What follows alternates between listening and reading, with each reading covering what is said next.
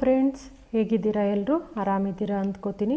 ನನ್ನ ಇವತ್ತಿನ ವ್ಲಾಗ್ನಲ್ಲಿ super tasty crunchy ಆಗಿರೋ ಸ್ವೀಟ್ ಕಾರ್ನ್ ಬಜ್ಜಿನ ಮಾಡ್ತಿದ್ದೀನಿ. ಒಂದೇ ಥರದ ಬೋಂಡಾ ಬಜ್ಜಿಗಳನ್ನ ತಿಂದು ಬೇಜಾರಾಗಿರೋರಿಗೆ ಸ್ವಲ್ಪ ಟೇಸ್ಟ್ ಚೇಂಜ್ ಮಾಡಿ ಈ ಥರ ಡಿಫ್ರೆಂಟಾಗಿ ಟ್ರೈ ಮಾಡೋಣ ಅಂತ. ಸೊ ಹೇಗೆ ಮಾಡೋದು ನೋಡೋಣ. ನಾನಿಲ್ಲಿ 2 ಸ್ವೀಟ್ ಕಾರ್ನನ್ನು ತೊಗೊಂಡಿದ್ದೀನಿ. ಮೇಲ್ಗಡೆ ಸಿಪ್ಪೆನೆಲ್ಲ ತೆಗೆದು ನೈಫಲ್ಲಿ ಈ ಥರ ತೆಕ್ಕೊಂಡ್ರೆ ಕಾಳು ನೀಟಾಗಿ ಬರುತ್ತೆ.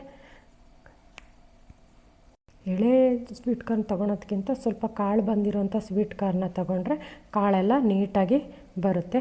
ಕಾಳನ್ನೆಲ್ಲ ತೆಕ್ಕೊಂಡು ಸ್ಮ್ಯಾಶರಲ್ಲಿ ಸ್ವಲ್ಪ ಸ್ಮ್ಯಾಶ್ ಮಾಡ್ಕೋಬೇಕು.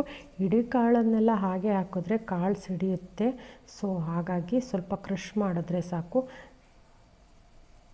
ನಾನಿಲ್ಲಿ ಬೋಂಡ ಮಾಡೋಕ್ಕೆ ಕಡಲೆ ಹಿಟ್ಟನ್ನು ತಗೊಂಡಿದ್ದೀನಿ.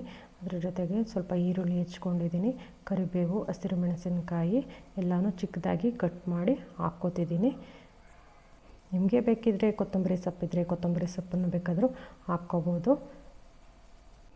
ಈರುಳ್ಳಿ, ಹಸಿರು ಮೆಣಸಿನಕಾಯಿ ಹಾಕ್ಕೊಂಡು ಕ್ರಷ್ ಮಾಡಿರೋಂತಹ ಸ್ವೀಟ್ ಕಾರ್ನ ಕಾಳನ್ನು ಹಾಕ್ಕೊಂಡು ರುಚಿಗೆ ತಕ್ಕಷ್ಟು ಉಪ್ಪನ್ನು ಹಾಕಿ ನಾನಿಲ್ಲಿ ಸ್ವಲ್ಪ ಅಕ್ಕಿ ಹಿಟ್ಟನ್ನು ಹಾಕ್ತಾಯಿದ್ದೀನಿ. ಸೋಡಾ ಎಲ್ಲ ಏನು ಹಾಕೋದು ಬೇಡ. ಸ್ವೀಟ್ ಕಾರ್ನೇ ಸಖತ್ ಕ್ರಂಚಿನೆಸ್ ಆಗಿರೋದ್ರಿಂದ ಸೋಡಾ ಹಾಕೋಂಗಿಲ್ಲ. ಅಕ್ಕಿ ಹಿಟ್ಟನ್ನು ಸ್ವಲ್ಪ ಟೇಸ್ಟ್ಗೆ ಅಂತಂದ್ಬಿಟ್ಟು ಅಕ್ಕಿ ಹಿಟ್ಟನ್ನು ಸ್ವಲ್ಪ ಹಾಕ್ಕೊಂಡ್ರೆ ಸಾಕು. ಕೆಲವರು ಬೆಳ್ಳುಳ್ಳಿ ಎಲ್ಲ ಜಜ್ಜಿ ಹಾಕ್ಕೊತಾರೆ. ನಾನಿಲ್ಲಿ ಯಾವುದನ್ನು ಹಾಕ್ಕೊಳ್ತಿಲ್ಲ. ಅವನ್ನೆಲ್ಲ ಹಾಕಿದ್ರೆ ಸ್ವಲ್ಪ ಟೇಸ್ಟ್ ಚೇಂಜ್ ಆಗಿಬಿಡುತ್ತೆ ಅಂತ. ಹಿಟ್ಟನ್ನೆಲ್ಲ ಹಾಕ್ಕೊಂಡು ಸ್ವಲ್ಪ ನೀರು ಹಾಕ್ಕೊಂಡು ಕಲಿಸ್ಕೋಬೇಕು ಗಟ್ಟಿಗೆ. ಇದು ಜಾಸ್ತಿ ನೀರು ಹಾಕಿದ್ರೆ ಕಾಳಲ್ಲೂ ಸ್ವಲ್ಪ ನೀರಿನ ಅಂಶ ಇರೋದ್ರಿಂದ ತುಂಬ ತೆಳುವಾಗ್ಬಿಡುತ್ತೆ. ಸೊ ಸ್ವಲ್ಪನೇ ನೀರು ಹಾಕ್ಕೊಂಡು ಸ್ವಲ್ಪ ಗಟ್ಟಿಯಾಗಿಯೇ ಕಲಿಸ್ಕೋಬೇಕು. ನಾವಿಲ್ಲಿ ಮೈದಾ ಹಿಟ್ಟು ಏನೂ ಹಾಕಿಲ್ಲ, ಬರೀ ಕಡಲೆ ಹಿಟ್ಟಲ್ಲೇ ಹಾಕಿರೋದ್ರಿಂದ ಸ್ವಲ್ಪ ನೀರನ್ನಷ್ಟೇ ಹಾಕ್ಕೋಬೇಕು. ಎಣ್ಣೆ ಎಲ್ಲ ಕಾದ್ಮೇಲೆ ನೀಟಾಗಿ ಮಾಮೂಲಿ ಬೋಂಡ ಬಿಡೋ ಥರನೇ ಚಿಕ್ಕದಾಗಿ ಬೋಂಡ ಬಿಡಬೇಕು. ದಪ್ಪ ಬಿಟ್ಟರೆ ಒಳಗಡೆ ಸ್ವೀಟ್ ಕಾರ್ನ್ ಇರೋದ್ರಿಂದ ನೀಟಾಗಿ ಬೇಯಲ್ಲ. ಸೊ ಚಿಕ್ಕದಾಗಿಯೇ ಬೋಂಡನ ಹಾಕಬೇಕು. ಸೊ ಈ ರೀತಿ ಮಾಡಿದ್ರೆ ಸೂಪರ್ ಟೇಸ್ಟಿ ಮತ್ತು ಕ್ರಂಚಿಯಾಗಿರುವಂತಹ ಸ್ವೀಟ್ ಕಾರ್ನ್ ಬೋಂಡ ರೆಡಿ ಆಯಿತು.